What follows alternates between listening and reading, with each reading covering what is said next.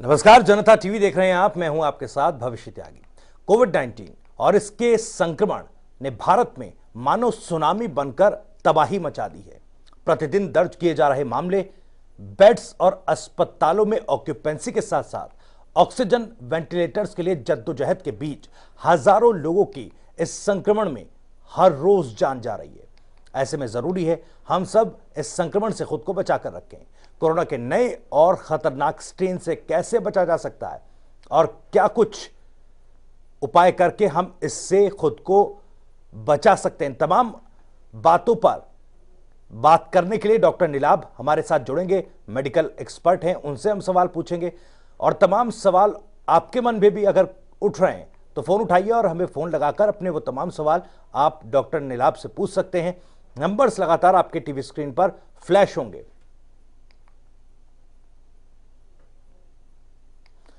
तो कोरोना के new strain के लक्षणों पर हम आपको ग्राफिक्स के जरिए एक रिपोर्ट दिखाते हैं कि आखिर किस तरह के लक्षण इस नए स्ट्रेन में पाए जाते हैं। ये ग्राफिक्स के जरिए हम आपको दिखाने की कोशिश करते हैं। दरअसल कोरोना के नए स्ट्रेन के लक्षण बुखार आता है, सूखी खांसी, थकान होना नए स्ट्रेन के लक्षण है।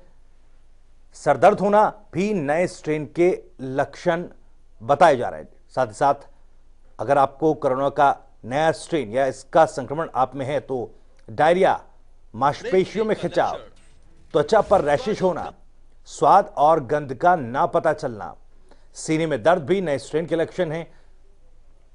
पेट में दर्द होना भी नए स्ट्रेन के लक्षण हैं। हाथ पैरों की उंगलियों का रंग बदल जाना, इसके अलावा भ्रम की स्थिति होना, चेहरे और होठों का नीला पड़ना, देखने सुनने में परेशानी होना भी नया लक्षण कोरोना के नए स्ट्रेन का हो सकता है।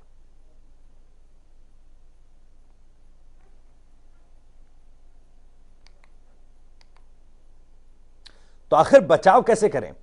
हाथ की सफाई बहुत जरूरी है। हाथों को बार बार साबुन या सैनिटाइजर से साफ करें। फेस मास्क का इस्तेमाल जरूर करें। यूके में पहली बार यह नया स्ट्रेन देखा गया। यूके में सितंबर महीने में नया स्ट्रेन देखा गया था, इसकी पुष्टि हुई थी। नए स्ट्रेन से लोग बहुत तेजी से बीमार हुए। इन्फेक्शन रेट पहले की तुलना में कई गुना बढ़ चुका है। नए वेरिएंट का नाम VUI 2020-12-01 रखा गया।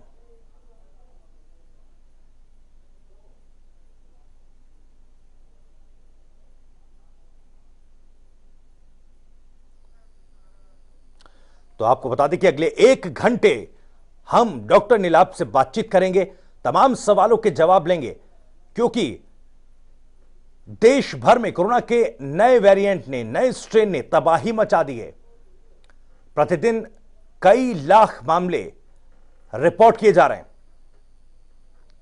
देखिए, पुराने और नए स्ट्रेन में क्या कुछ अंतर है, यह भी देख लीजिए। फर्क सिर्फ वायरस में मौजूद प्रोटीन का है। वायरस इंसानी कोशिका से प्रोटीन के सहारे जुड़ता है। पुराने नए स्ट्रेन में इसी प्रोटीन के प्रकार में बदलाव है। नए स्ट्रेन में यह प्रोटीन आसानी से इंसानी कोशिका से जुड़ जाता है। आसानी से इंसानी कोशिका से जुड़ने पर तेजी से फैला वायरस। नए वेरिएंट के कम से कम 17 रूप बताए जा रहे हैं। प्लाज्मा तकनीक क्या है? कोरोना से ठीक हुए लोगों के खून से प्लाज्मा दिया जाता है, जिससे इलाज होता है। पूरी तरह ठीक हो चुके लोगों का 80 मिलीलीटर खून लिया जाता है। एंटीबॉडीज से युक्त प्लाज्मा अलग किया जाता है। प्लाज्मा लेकर कोरोना मरीजों का इलाज किया जाता है। उस प्लाज्मा में संक्रमण से लड़ने की एंटीबॉडीज होती हैं। ये एंटीबॉडीज पहले ही वायरस से लड़ चुकी होती हैं। ठीक हुए मरीज से 14 दिन बाद ही प्लाज्मा लिया जा सकता है।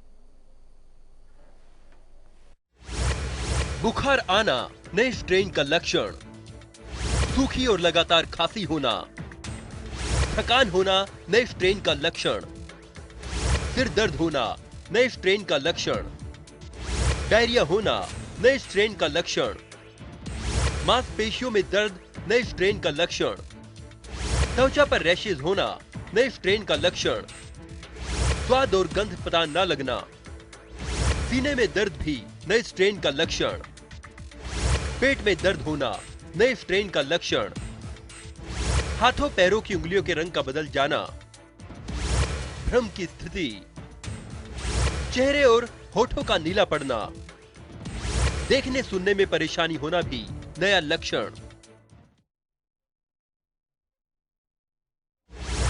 हाथों की सफाई बहुत ही जरूरी है।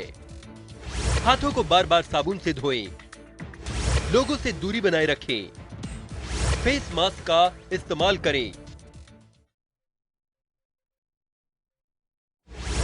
यूके में पहली बार नया स्ट्रेन देखा गया। यूके में सितंबर महीने में नया स्ट्रेन देखा गया। नए स्ट्रेन से लोग ज्यादा तेजी से बीमार हुए। इन्फेक्शन रेट पहले की तुलना में कई गुना ज्यादा। नए वेरिएंट का नाम VUI 202012/01 रखा गया है। दोनों स्ट्रेन एक ही वायरस के दो रूप हैं। फर्क सिर्फ वायरस में मौजूद प्रोटीन का है। वायरस इंसानी कोशिका से प्रोटीन के सहारे जुड़ता है। पुराने नए स्ट्रेन में इसी प्रोटीन के प्रकार में बदलाव है। नए स्ट्रेन में यह प्रोटीन आसानी से इंसानी कोशिका से जुड़ता है। आसानी से इंसानी कोशिका से जुड़ने पर तेजी से फैला वायरस। नए वेरिएंट के कम से कम 17 रूप बताए जा रहे हैं। कोरोना से ठीक हुए लोगों के खून से प्लाज्मा लिया जाता है। पूरी तरह ठीक हो चुके लोगों का 800 मिलीलीटर खून लिया जाता है। एंटीबॉडीज से युक्त प्लाज्मा अलग कर लिया जाता है। प्लाज्मा लेकर कोरोना मरीजों का इलाज किया जाता है। उस प्लाज्मा में संक्रमण से लड़ने की एंटीबॉडीज होती है। ये एंटीबॉडीज पहले ही वायरस से लड़ चुकी होती हैं। ठीक हुए मरीज से 14 दिन बाद ही ले सकते हैं प्लाज्मा। एक डोनर के प्लाज्मा का 4 मरीजों में इस्तेमाल। आपने देखा कि क्या कुछ नए स्ट्रेन के लक्षण हैं और किस तरह से इससे बचा जा सकता है, और आखिर नए और पुराने स्ट्रेन में क्या कुछ अंतर है, क्यों आखिर ये नया स्ट्रेन ज्यादा खतरनाक है। नए स्ट्रेन को लेकर आप सभी के मन में भी कई सवाल हैं और इन्हीं सवालों के जवाब के लिए हमारे साथ डॉक्टर नीलाभ अब से कुछ ही देर में जुड़ेंगे। आप भी डॉक्टर नीलाभ से तमाम सवालों के जवाब ले सकते हैं। नंबर्स लगातार आपके टीवी स्क्रीन पर फ्लैश होंगे और हो रहे हैं। तो कोरोना काल में सावधानी जरूरी है। लगातार जनता टीवी आपसे यह अपील कर रहा है कि उन तमाम नियम कायदे कानून का ध्यान रखें जो कि कोविड गाइडलाइंस में बनाए गए हैं। कोविड के इस दौर में मास्क, सैनिटाइजेशन और सोशल डिस्टेंसिंग के जरिए ही खुद को इस संक्रमण से बचाया जा सकता है। हालांकि जिस तरह की आपाधापी और जिस तरह की भीड़ फिलहाल अस्पतालों में है, बेड्स ऑक्यूपाइड हो चुके हैं, ऐसे में लोगों के मन में एक डर भी है कि अगर वो संक्रमित हो गए हैं तो आखिर कैसे उनका इलाज होगा। दरअसल माइल्ड एंड मॉडरेट केसेस के मामलों में लोग किस तरह खुद ही रिकवर कर सकते हैं, इस तरह के सवालों के जवाब भी आपको यहां पर मिलेंगे। और डॉक्टर नीलाभ, मेडिकल एक्सपर्ट, हमारे साथ इस वक्त सीधे जुड़ गए हैं। डॉक्टर नीलाभ, बहुत बहुत स्वागत है आपका। नमस्कार जी। जी डॉक्टर नीलाभ, क्योंकि आज जो स्थिति पूरे देश में है कोरोना के इस नए स्ट्रेन की वजह से, इसका संक्रमण बड़ी ही तेजी के साथ फैल रहा है। सबके मन में कई सवाल हैं कि आखिर इतना खतरनाक, अगर फर्स्ट वेव के मुकाबले हम बात करें तो बहुत ही तेजी के साथ और बहुत ही खतरनाक तरीके से इसने लोगों को अपनी चपेट में लिया है। आपसे समझना चाहेंगे आखिर ये नया स्ट्रेन इतना खतरनाक क्यों है? नए स्ट्रेन में कई प्रॉब्लम आ रही है। जो सबसे बड़ी प्रॉब्लम आ रही है नए स्ट्रेन में वो ये है कि ये RT-PCR टेस्ट निगेटिव आ रहे हैं जी। तो पेशेंट को पता ही नहीं चलता है कि उससे कोविड हुआ और ये सीधा लंग्स में जा रहा है। जी। लंग्स में जाने की वजह से लंग्स को काफी ज्यादा डैमेज कर रहा है, लंग्स को इन्फेक्टेड ये कर रहा है कहीं ना कहीं। जी नीलाभ, डॉक्टर नीलाभ इस पर बातचीत जारी रखेंगे, लेकिन एक दर्शक हमारे साथ सोनीपत से रोहित जुड़ गए हैं। रोहित, बहुत बहुत स्वागत है आपका। क्या कुछ पूछना चाहते हैं? मतलब दोनों वैक्सीन लगाने के बाद भी आदमी इफेक्ट हो सकता है इससे, कोरोना से। जी। अगर वैक्सीनेशन के बाद भी कोविड संक्रमित हो सकता है, उसका टेस्ट पॉजिटिव आ सकता है क्या? जी, क्या दोनों वैक्सीनेशन, दोनों डोज लेने के बाद भी क्या इससे मरीज संक्रमित हो सकता है या नहीं, ये सवाल रोहित पूछ रहे हैं। डॉक्टर साहब, ये सवाल कई लोगों के जहन में, क्योंकि वैक्सीनेशन ड्राइव भी पूरे देश में बड़े स्तर पर चलाया जा रहा है, लेकिन कई मौके पर ऐसा देखा गया है कि दोनों डोज ले ली गई हैं या एक डोज ले ली गई है, उसके बाद भी जो इंसान है, जो शख्स है, वो कोरोना संक्रमित हो रहा है।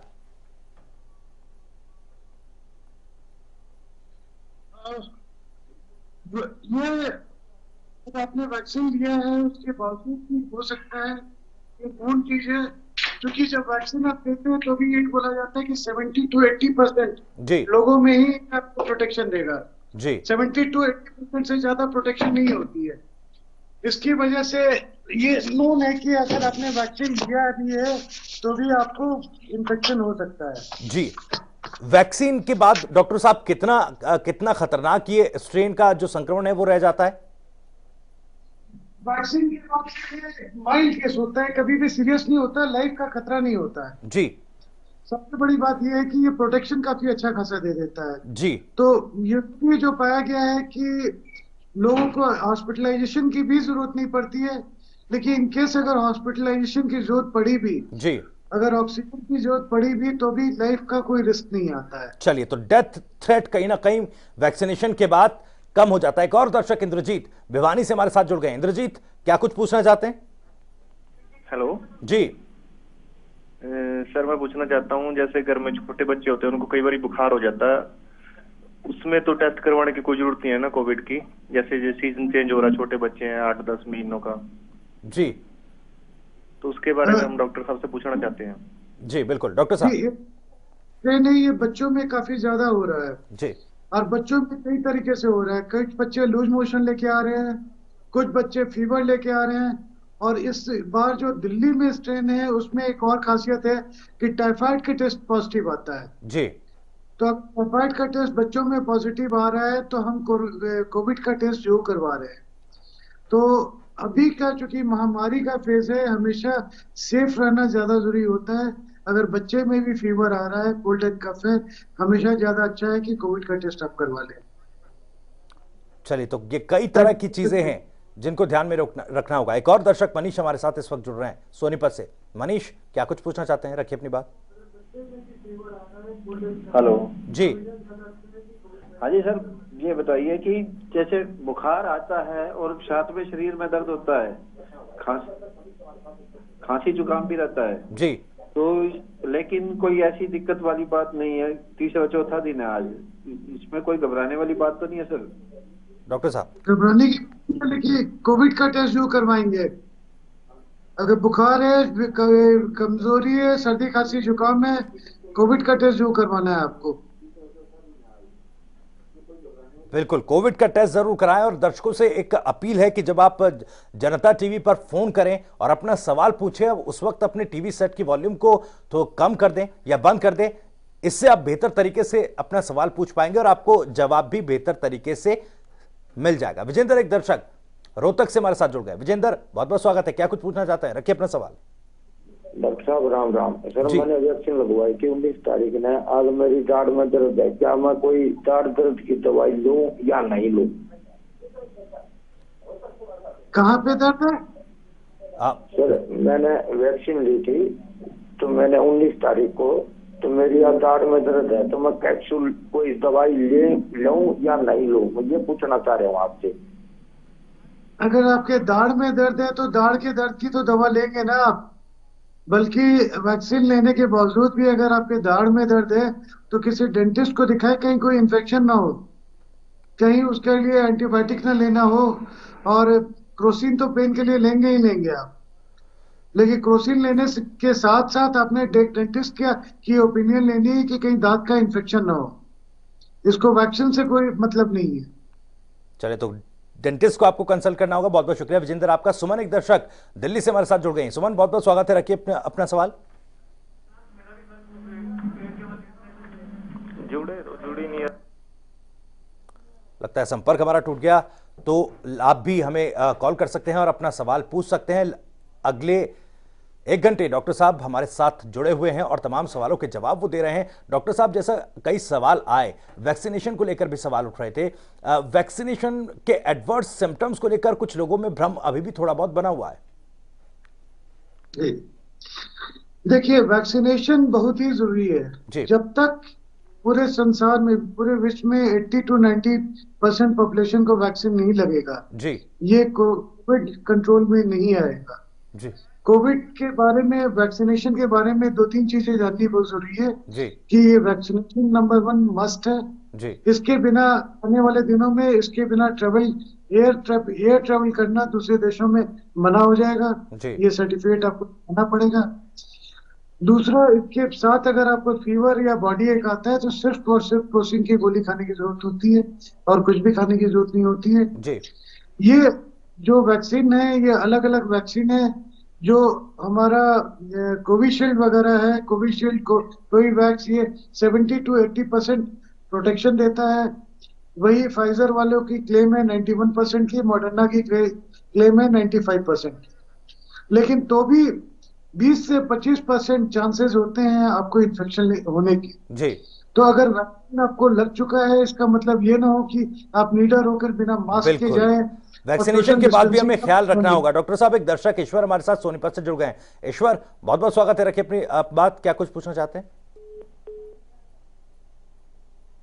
लगता है संपर्क फिर से कट गया है। तो रवि, एक दर्शक हिमाचल से हमारे साथ जुड़ रहे हैं। रवि, क्या कुछ पूछना चाहते हैं?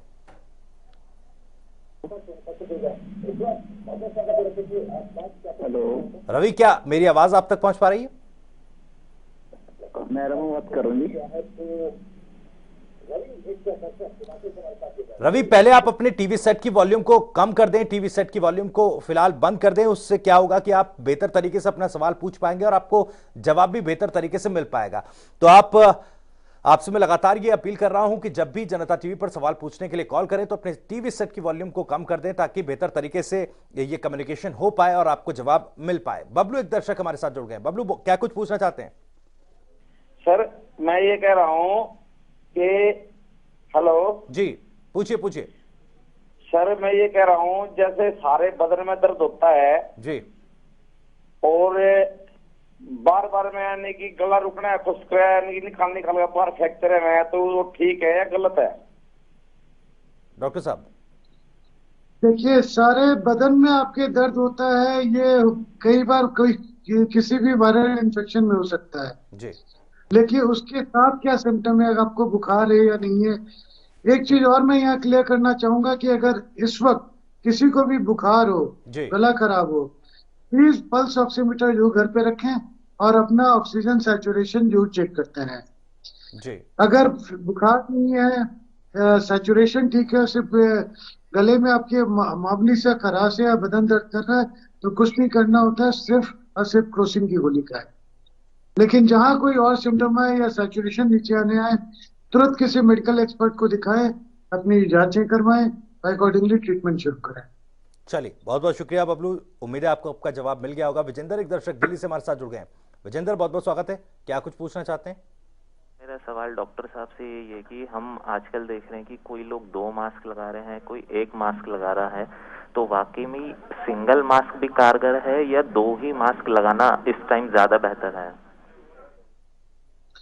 देखिए, इसके बारे में स्टडी आई हुई है। स्टडी ये बोलती है कि जब आप 2 मास्क लगाते हैं तो आपकी प्रोटेक्शन ज्यादा अच्छी होती है, 99.9% तक आप बच जाते हैं। इसीलिए लोगों ने 2 डबल मास्क पहनना शुरू किया है। और एक जो बाहर मास्क डाला जाता है वो डिस्पोजेबल मास्क डाला जाता है। जो N95 मास्क या कोई भी मास्क जो आप हम यूज करते हैं 2-4 दिन 5 दिन तक, वो अंदर रहता है। तो बाहर का मास्क, क्योंकि अगर वायरस भी आएगा तो बाहर के मास्क पे बैठता है, तो वो आप यूज करने के बाद उसको फेंक देते हैं, फिर नया बाहर का डिस्पोजेबल मास्क लगाते हैं। 2 मास्क हमेशा ज्यादा बेटर और ज्यादा सेफ है सिंगल मास्क से। चलिए, तो 2 स्पेशली अगर मास्क भीड़ भाड़ लगाकर पे जा रखें, रहे भीड़ हो भाड़ वाले इलाकों में जहाँ जाएं। आपको की कोविड वाले पेशेंट है वहां पे। चलिए, अब विजेंद्र, बहुत बहुत शुक्रिया। एक दर्शक और हमारे साथ सिरसा से जुड़ रहे हैं। राजेश जैन हमारे साथ है। राजेश जैन, रखिए अपना सवाल।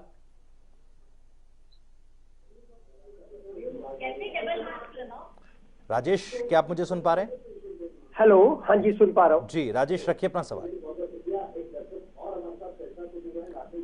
राजेश, आप अपने टीवी सेट की वॉल्यूम को थोड़ा कम कर दें, उसे बंद कर दें, तो बेहतर तरीके से आप सर ये सवाल पूछ पाएंगे। जो ये प्लेटलेट्स कम होना भी कोरोना का एक लक्षण है? देखिए, प्लेटलेट कम होने के कई कारण होते हैं, कई वायरल इन्फेक्शन होते हैं जिसमें प्लेटलेट कम होते हैं। जैसे कि आपको पता होगा कि डेंगू और चिकनगुनिया में भी कम हुआ करता था।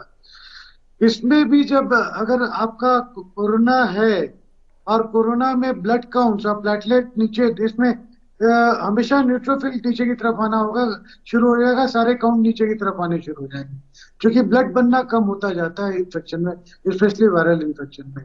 तो कोरोना में भी पाया गया है कि प्लेटलेट कम हो जाते हैं। बिल्कुल, बहुत बहुत शुक्रिया राजेश आपका अपना सवाल पूछने के लिए, जवाब आपको मिल गया है। एक दर्शक रवि हमारे साथ हिमाचल से जुड़ रहे हैं। रवि, क्या कुछ पूछना चाहते हैं? रखिए अपना सवाल। हेलो रवि, पूछिए अपना सवाल।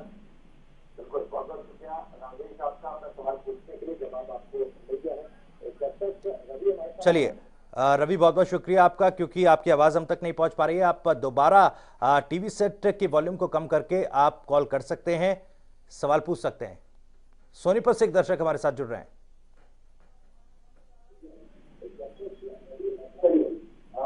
ईश्वर, रखिए अपना सवाल। बुखार होने के कई घंटे बाद इसका कोरोना का टेस्ट करवाना चाहिए जी? कोरोना, अगर आपको बुखार, बदन दर्द है तो हमेशा 3-4 दिनों के बाद ही टेस्ट करवाना चाहिए, 5वें दिन से, क्योंकि शुरू में वायरस जब वो मल्टीप्लाई करते रहते हैं तो कई बार टेस्ट नेगेटिव आता है। तो ये नहीं कि अगर आपको बुखार हो तो तुरंत जाके आप कोरोना का टेस्ट करवाएं, हमेशा 3-4 दिनों के बाद जाएंगे। 5 दिन से लेकर 10 दिन तक ये पॉजिटिव होने के चांसेस ज्यादा होते हैं। चलिए, एक और दर्शक राजकुमार हमारे साथ जुड़ रहे हैं। राजकुमार, क्या कुछ पूछना चाहते हैं आप? लगता है संपर्क टूट गया है, और मैं एक बार फिर से अपने दर्शकों से अपील करना चाहूंगा कि अगर आप फोन कर रहे हैं, अपना सवाल पूछ रहे हैं, तो कृपया अपने टीवी सेट की वॉल्यूम को कम कर दें, उसे बंद कर दें। इससे बेहतर कम्युनिकेशन के साथ आप अपना सवाल पूछ पाएंगे और बेहतर तरीके से आपको अपना जवाब मिल पाएगा। डॉक्टर साहब, जैसे दर्शक लगातार पूछ रहे हैं टेस्ट को लेकर, लक्षण को लेकर, और क्योंकि देखा गया है कि जब फर्स्ट वेव आई कोरोना की, उसके बाद कुछ गिने चुने जो हैं लक्षण बताए गए थे, लेकिन इस बार कई तरह की बीमारियां और ऐड हो रही हैं, कुछ और कई तरह के लक्षण सामने आ रहे हैं। नहीं, अगर आप देखेंगे तो फर्स्ट वेव में भी सारे सिम्टम बतलाए गए थे, जैसे स्किन इन्फेक्शन, जो ये एक नई बीमारी है जो 2 साल से आई है जी। तो अभी तो इस पे चल रही है, चीजें आती जा रही हैं जी। कोविड तो आप याद करेंगे तो फर्स्ट वेव में ही हमें पता चला था कि कई लोगों में रैशेज आते हैं अंगूठे में जी, जो कोविड तो कर दिया गया था। डायरिया, उस समय भी हमने कहा था कि भाई कई पेशेंट में ये पेट में दर्द और डायरिया लेके प्रेजेंट कर रहे हैं जी। और स्पेशली ये बच्चों में बड़ा कॉमन है, बच्चे आते हैं लूज मोशन लेकर जी, लूज मोशन और पेट में दर्द, उसकी दवा चलती रहती है, उससे कोई आराम नहीं आता है, बाद में जब हम कोविड टेस्ट करवाते हैं तो कोविड पॉजिटिव है जी। तो ये सारे सिम्टम पिछली बार भी थे। अब चूंकि बच्चों में बहुत कॉमन होता जा रहा है, इसलिए ये सिम्टम ज्यादा खुल के सामने आए। उसके अलावा हेडेक, फीवर, सर्दी, खांसी, जुकाम, ब्रीदिंग प्रॉब्लम, ये सारे पहले भी थे जी। शायद एक और दर्शक हमारे साथ इस वक्त डॉक्टर साहब फोन लाइन पर हैं। दर्शक हमारे साथ जुड़ गए हैं, आप अपना नाम बताएं और रखिए अपना सवाल।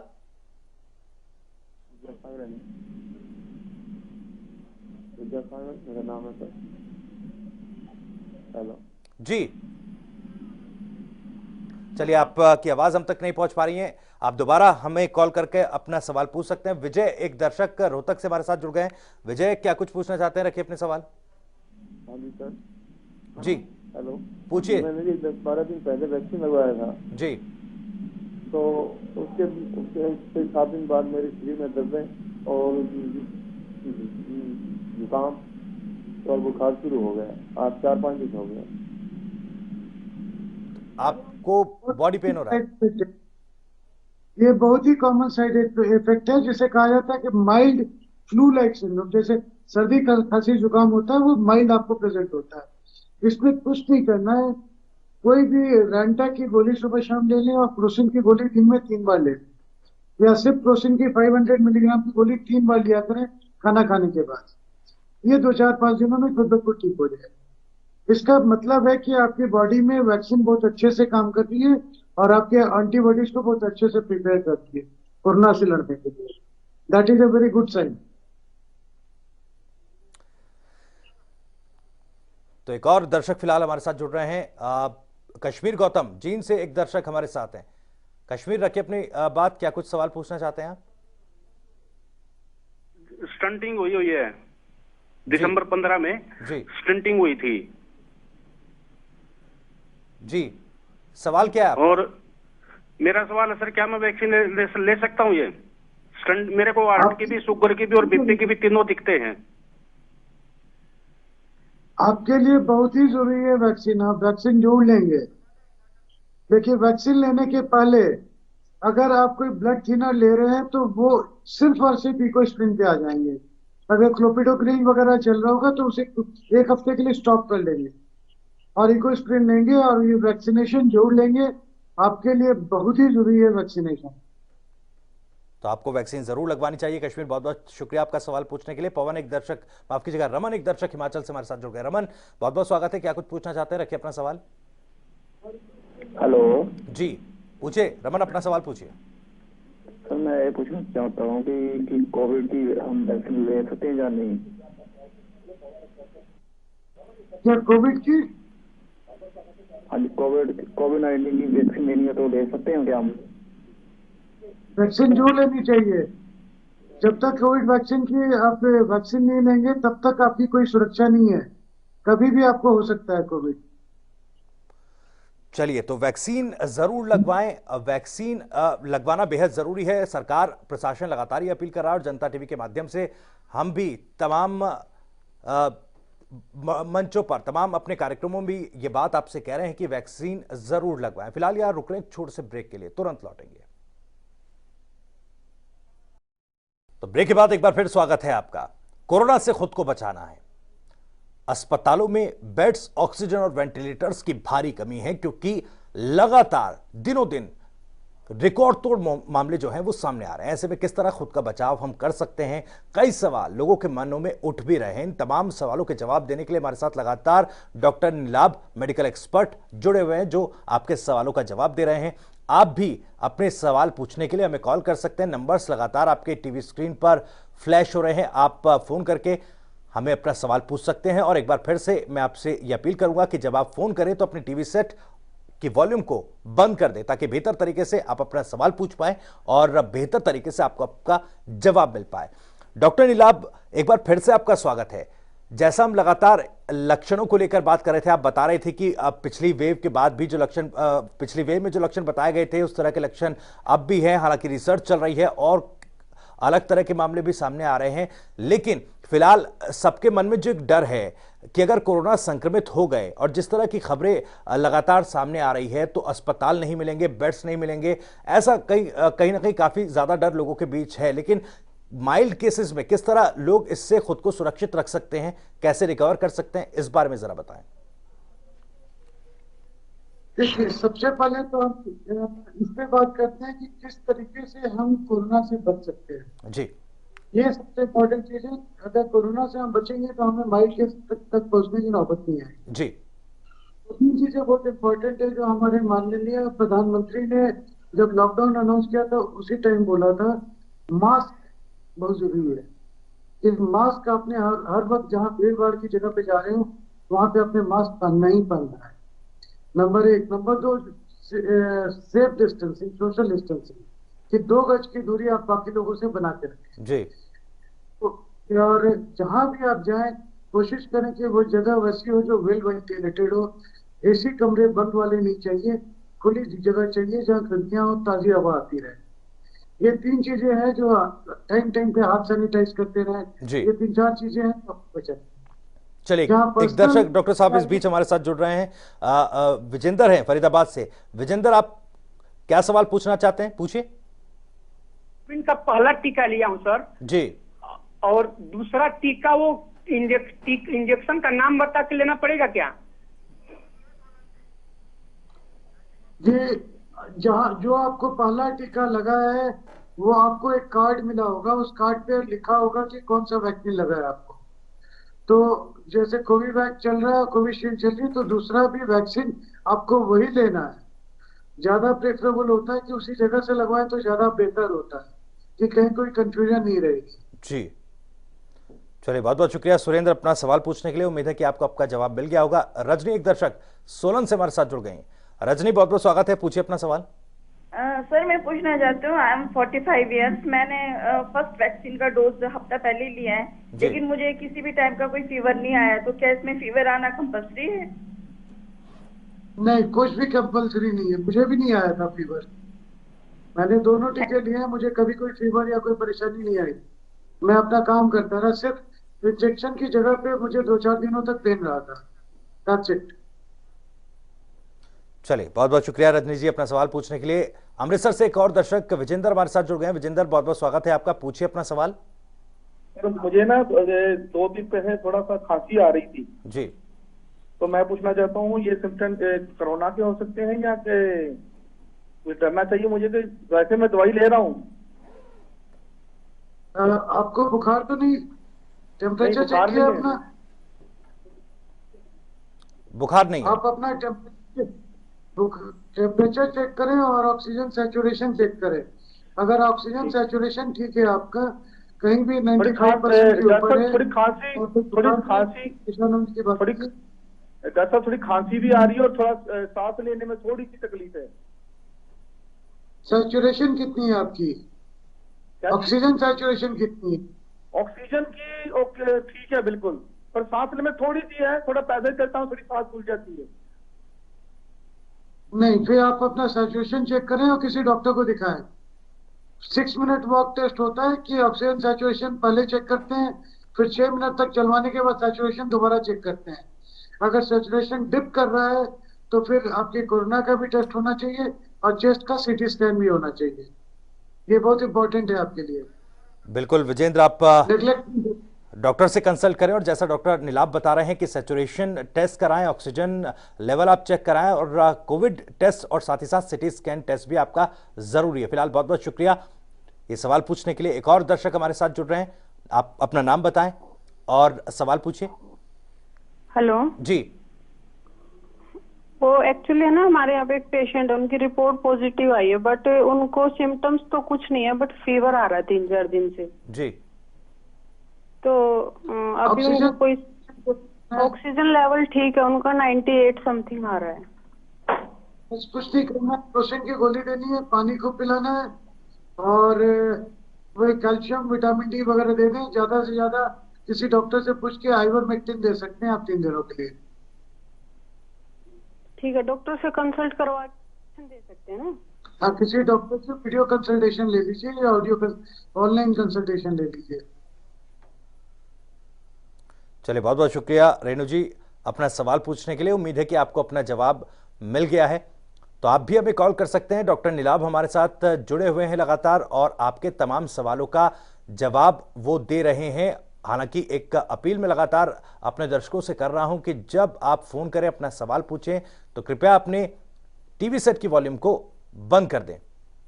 तो कोरोना से कैसे करें अपना बचाव, कैसे इससे खुद को सुरक्षित रखें और इसके लक्षण दिखने पर क्या कुछ आपको करना है, इन तमाम सवालों के जवाब डॉक्टर नीलाभ हमें दे रहे हैं। एक और दर्शक मीनू रोहतक से हमारे साथ जुड़ गई हैं। मीनू, बहुत बहुत स्वागत है, क्या कुछ पूछना चाहती हैं? रखिए अपना सवाल। हाँ जी, मैं ये पूछना चाहती हूँ सर कि मुझे अक्टूबर में कोरोना हो गया था जी। तब से जो है मेरे हाथ पैरों में बहुत ज्यादा दर्द रहता है, ठीक नहीं हुआ है और मेरे वैक्सीन, मुझे कोवैक्सीन दोनों लग चुके हैं। डॉक्टर साहब देखिए, अगर कोवैक्सीन लग चुके हैं और आपको कोरोना अक्टूबर में हुआ था और उसके बावजूद आपका अगर सर दर्द रहता है तो ये सर दर्द कोरोना की वजह से नहीं है, क्योंकि कोरोना के सिम्टम 2 से 3 हफ्ते तक मैक्सिमम रहते हैं और उसकी वजह से अगर कोई कॉम्प्लिकेशन हुई है जिसकी वजह से हेडेक हो रहा है तो ये बहुत जरूरी है आपके लिए कि किसी न्यूरोलॉजिस्ट को दिखाएं, उसे एग्जामिन करने दें। एग्जामिन करने के बाद जो है वो आपको जो भी टेस्ट करवाना है करवा के ये बतलाएगा कि कोरोना से इसका कोई रिलेशनशिप है भी या नहीं है, या ये सिंपल माइग्रेन का पेन है। किसी न्यूरोलॉजिस्ट को से जो मिलने आप।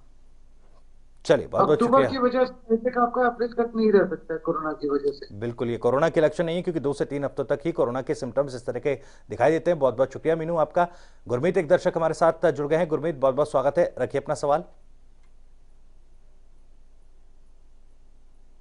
ना वैक्सीन लगानी चाहता था, तो मेरा प्रोस्टेट का कैंसर का ऑपरेशन हुआ जी 15 दिसंबर को जी। ते मैंने सिविल हॉस्पिटल गया था मैं मोगे में, तो उन्होंने वैक्सीन लगाई नहीं मेरी। वो कहते हैं अभी आपकी लग नहीं सकती। क्या ये ठीक है? वो क्या कहते हैं? कैंसर का ऑपरेशन हुआ। नहीं नहीं, कैंसर का ऑपरेशन हुआ था, पहला वैक्सीन लग चुका है आपको। नहीं, कोई उसके बाद नहीं क्या लगा। हाँ जी? वैक्सीन अभी डॉक्टर साहब नहीं लगी है, कोई भी वैक्सीन नहीं लगी है। वैक्सीन लगवाने के लिए ये पहुंचे थे, लेकिन वैक्सीन के लिए इनको इनकार कर दिया गया, ये सवाल पूछ रहे हैं। नहीं, वैक्सीन तो लगना चाहिए, इनकार करने का तो सवाल ही नहीं उठता है। ये तो हाई रिस्क ग्रुप में है, क्योंकि कैंसर की दवाई, कैंसर का ट्रीटमेंट चल रहा है। उन्होंने लगाई नहीं, सिविल हॉस्पिटल में गया था।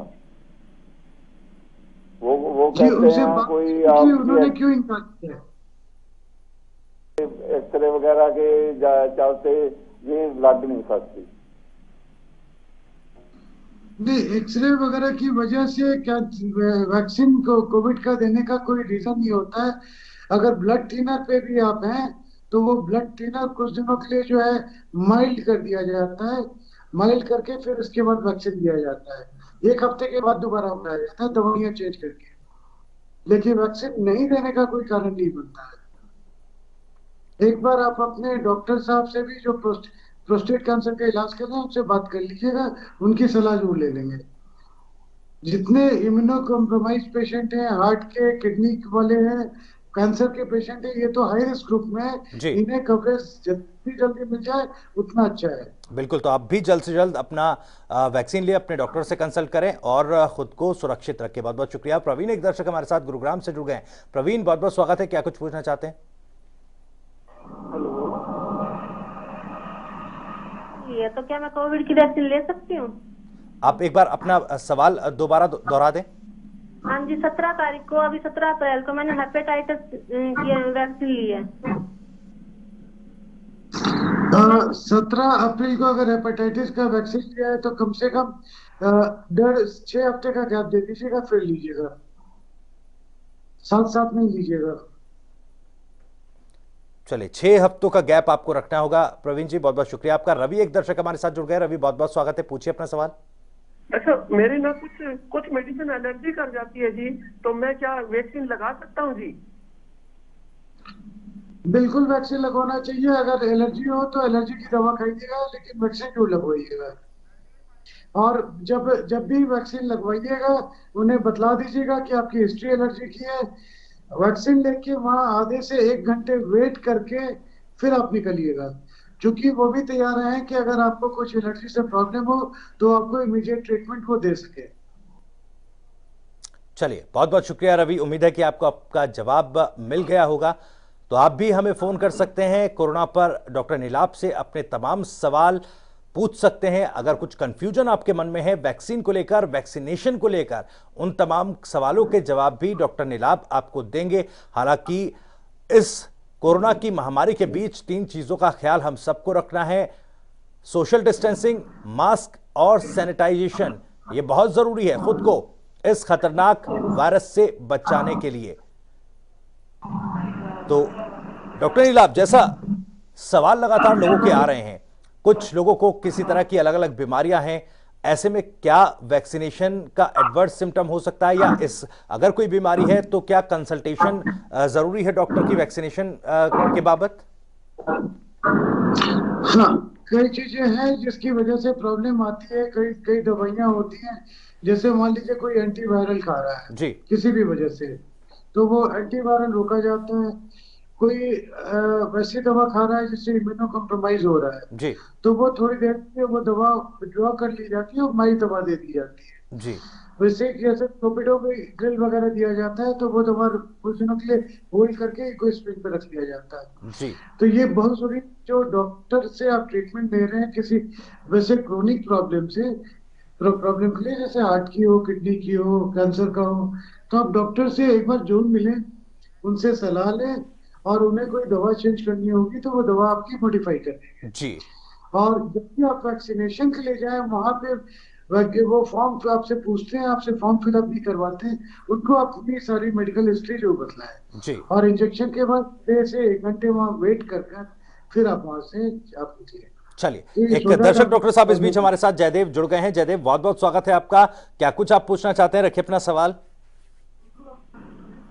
हेलो जी, पूछिए जयदेव अपना सवाल। डॉक्टर साहब, मेरा जो है इंजेक्शन कोवैक्सीन 23 मार्च को लगा था। जी जी, मेरा सवाल ये है, 23 मार्च को मुझे कोवैक्सीन लगी थी। जी जयदेव, आप अपने टीवी सेट की वॉल्यूम को कम कर दें, उसके बाद अपना सवाल पूछें। तो जो है ना वो अब मैं कोरोना पॉजिटिव हूँ जी, और जो है होम क्वारंटाइन हूँ जी। तो जो है अब ये मेरी वैक्सीन ड्यू है, जो सेकंड डोज है वो इस हालत में लगवानी ठीक है? नहीं, बिल्कुल नहीं लगवाएंगे, रुक के लगवाएंगे, 4 हफ्ते के बाद लगवाएंगे। नहीं, 23 मार्च को लगी थी ना पहली डोज।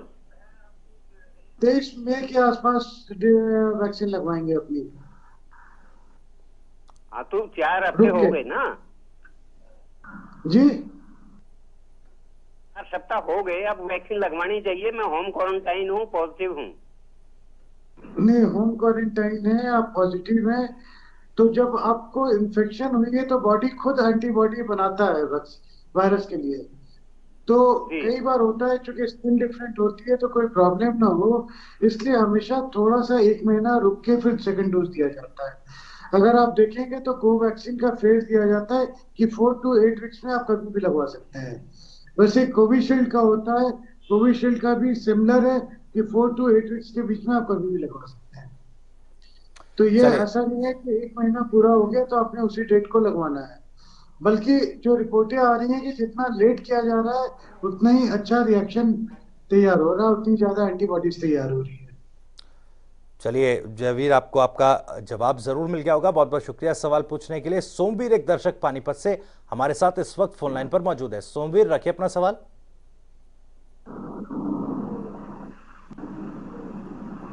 सोमवीर, क्या आप सुन पा रहे हैं?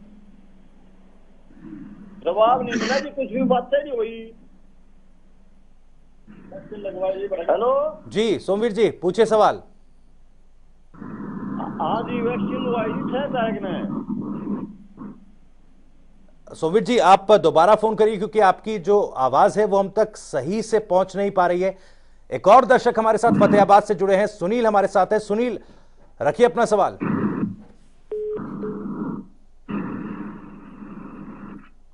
लगता है इनकी आवाज भी हम तक नहीं पहुंच पा रही है, तो आप हमें फोन कर सकते हैं, अपने सवाल पूछ सकते हैं। डॉक्टर नीलाभ हमारे साथ लगातार जुड़े हुए हैं, आपके हर सवालों का जवाब वो दे रहे हैं, क्या आपको करना है क्या नहीं करना है। और साथ ही साथ ये अपील मैं फिर से दोबारा करना चाहूंगा अपने दर्शकों से कि जब भी जनता टीवी पर आप अपना सवाल फोन के जरिए रखें तो आप अपने टीवी सेट की वॉल्यूम को बंद कर दें, कम कर दें, ताकि बेहतर तरीके से आप सवाल पूछ पाएं और बेहतर तरीके से ही आपको उसका जवाब भी मिले। एक और दर्शक हमारे साथ इस वक्त फोन लाइन पर मौजूद है। आप अपना नाम बताएं और पूछिए अपना सवाल। हेलो जी। हेलो जी, पूछिए अपना सवाल। सर, मैं ये पूछना चाहता था, मुझे पहले कोविड हो चुका है जी, 6 महीने पहले, नवंबर में सर जी। तो क्या मुझे वैक्सीन लेनी चाहिए? 6 महीने का टाइम हो गया सर। डॉक्टर नीलाभ, सवाल आवाज बिल्कुल नहीं आ पाई, आप रिपीट करेंगे? 6 महीने पहले इनको कोरोना हुआ था, कोरोना इन्फेक्टेड हुए थे, हालांकि अब ठीक है, लेकिन वो पूछ रहे हैं कि क्या अब ऐसे में उनको वैक्सीन लगवानी चाहिए? बहुत जरूरी है, क्योंकि कई लोग जो है दूसरी बार तीसरी बार भी कोविड के शिकार हुए हैं जी। तो अगर एक बार हुआ है तो ये नहीं है कि ये इम्यून हो गए हैं जी, स्पेशली डॉक्टरों को बहुत कॉमन पाया गया है जी। तो ये बहुत जरूरी है कि अपने आप को वैक्सीनेट करके सुरक्षा कवच डालने। बिल्कुल, तो ये बेहद जरूरी है समझना कि अगर आप इन्फेक्टेड हो चुके हैं, रिकवर कर चुके हैं, तो ऐसा जरूरी नहीं कि कोरोना से दोबारा इन्फेक्टेड नहीं होंगे। ऐसे में वैक्सीनेशन बहुत जरूरी है। बंशीलाल, बहुत बहुत शुक्रिया आपका, आपने अपना सवाल पूछा और उम्मीद है कि आपको जवाब भी आपका मिल गया होगा। तो डॉक्टर साहब, जैसा लोगों के मन में अलग अलग इस तरह के सवाल हैं, वैक्सीन लें कि ना लें, कंडीशन से कि अगर पहले हो चुका है, नहीं हो चुका है, इस तरह के कई सवाल है। हालांकि एक दर्शक हमारे साथ विजेंद्र इस वक्त जुड़ गए हैं, उनका सवाल पहले ले लेते हैं। वीरेंद्र हमारे साथ है। वीरेंद्र, क्या कुछ पूछना चाहते हैं, पूछिए। नमस्कार डॉक्टर साहब। सर, मैं आपसे ये पूछना चाहता हूँ कि मेरी 10 साल पहले बाईपास सर्जरी हुई थी जी, और मुझे क्या ये वैक्सीन लेनी चाहिए? बहुत जरूरी है, बिल्कुल लेना चाहिए, बहुत ही जरूरी है आपके लिए। हेलो जी, लेकिन बहुत ही जरूरी है, जरूर लेंगे, लेकिन लेने के पहले आप अपने डॉक्टर से मिलके दवाइयां बतला के पूछ लेंगे उनसे कि दवा तो कोई नहीं बदलनी वैक्सीन के पहले। चलिए वीरेंद्र, आपको दवा ये वैक्सीनेशन जो है ये पूरा करना है, वैक्सीन लेनी है। हालांकि अपने डॉक्टर्स को कंसल्ट करना है कि जो आपका ट्रीटमेंट चल रहा है उसमें कोई दवा में बदलाव तो होना है क्या नहीं होना है, इसका कंसल्टेशन आपको डॉक्टर से करना पड़ेगा। फिलहाल बहुत बहुत शुक्रिया आपका। एक और दर्शक सोनीपत से हमारे साथ जुड़ गए हैं, सोनू हमारे साथ हैं। सोनू, बहुत बहुत स्वागत है आपका। क्या कुछ पूछना चाहते हैं, सवाल पूछिए। Good afternoon sir. जी सर, मैं ऐसे पूछ रही हूँ सर, मान लो जैसे पहले फीवर हो तो क्या हमें वैक्सीन लेनी चाहिए? अगर बुखार है तो क्या अगर बुखार है तो क्या वैक्सीन लेनी चाहिए? नहीं, बिल्कुल नहीं लेनी चाहिए। अगर बुखार है तो पहले बुखार का इलाज करवाएं और ये देखें कि कहीं वो कोरोना ना हो, कोविड ना हो, टेस्ट करवाएं सर। और जब बुखार उतर जाए उसके 5 से 7 दिन के बाद फिर वैक्सीन लीजिएगा। जी बिल्कुल, पहले बुखार का इलाज कराएं, अगर बुखार नहीं उतरता है तो फिर आगे आप कोविड जांच कराएं। बहुत बहुत शुक्रिया सोनू अपना सवाल पूछने के लिए। डॉक्टर नीलाभ, में एक सवाल आपसे पूछना चाह रहा था, क्योंकि वैक्सीनेशन को लेकर अलग अलग लोगों के मन में सवाल उठ रहे हैं। एक सवाल ये भी आता है कि जो हार्ट पेशेंट्स हैं उनको वैक्सीनेशन, क्योंकि कुछ एडवर्स सिम्टम्स अलग अलग देशों में कुछ सिम्टम्स देखे गए हैं, तो क्या हार्ट पेशेंट्स के लिए ये थोड़ा खतरनाक हो सकता है? देखिए, एक्चुअली ये जो हम यूज करते हैं वो इनर्ट स्ट्रेन को यूज करते हैं या उसके प्रोटीन को यूज करके बनाते हैं। तो जो कोविड में जो कॉमन सिम्टम एक पाई जाती है वो होता है कि ब्लड क्लॉट बनाता है। क्योंकि वो ब्लड क्लॉट बनाता है तो नेचुरली जब उसके वैक्सीन आप दे रहे हैं तो ये एक साइड इफेक्ट में रहता है कि एक ब्लड क्लॉटिंग कर सकता है जी, और यही पाया गया है।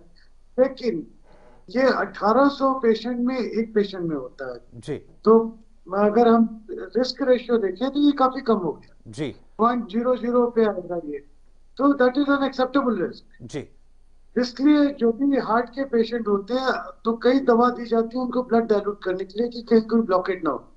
इसलिए मैं बार बार बोल रहा हूँ कि अगर आप हार्ट के पेशेंट हैं, बाईपास करवाया है, तो अपने डॉक्टर से जाके मिलें, उनको कंसल्ट करें, उनको बताएं कि भाई वैक्सीन लेना है, ये मेरी दवाइयां आपने लिखी हुई है, इसमें कोई बदलाव तो नहीं करना है जी। तो वो डॉक्टर पे जो भी ब्लड टेस्ट करके देखना होगा, देख के वो इकोस्प्रिन पिन को लेके क्लोपिडोग्रिल वगैरह बंद करते हैं। बिल्कुल बिल्कुल, तो डॉक्टर से कंसल्ट करना बेहद जरूरी इन ऐसे मामलों में हो जाता है। डॉक्टर साहब, कुछ दर्शक और हमारे साथ जुड़ गए हैं, रवि और लक्ष्य हमारे साथ जुड़े हैं। पहले रवि का सवाल ले लेते हैं। रवि, क्या आप पूछ रहे हैं, पूछिए। मैं ये पूछना चाहता हूँ कि जो प्रेग्नेंट लेडी है उसके लिए कौन सी वैक्सीन सही रहेगी?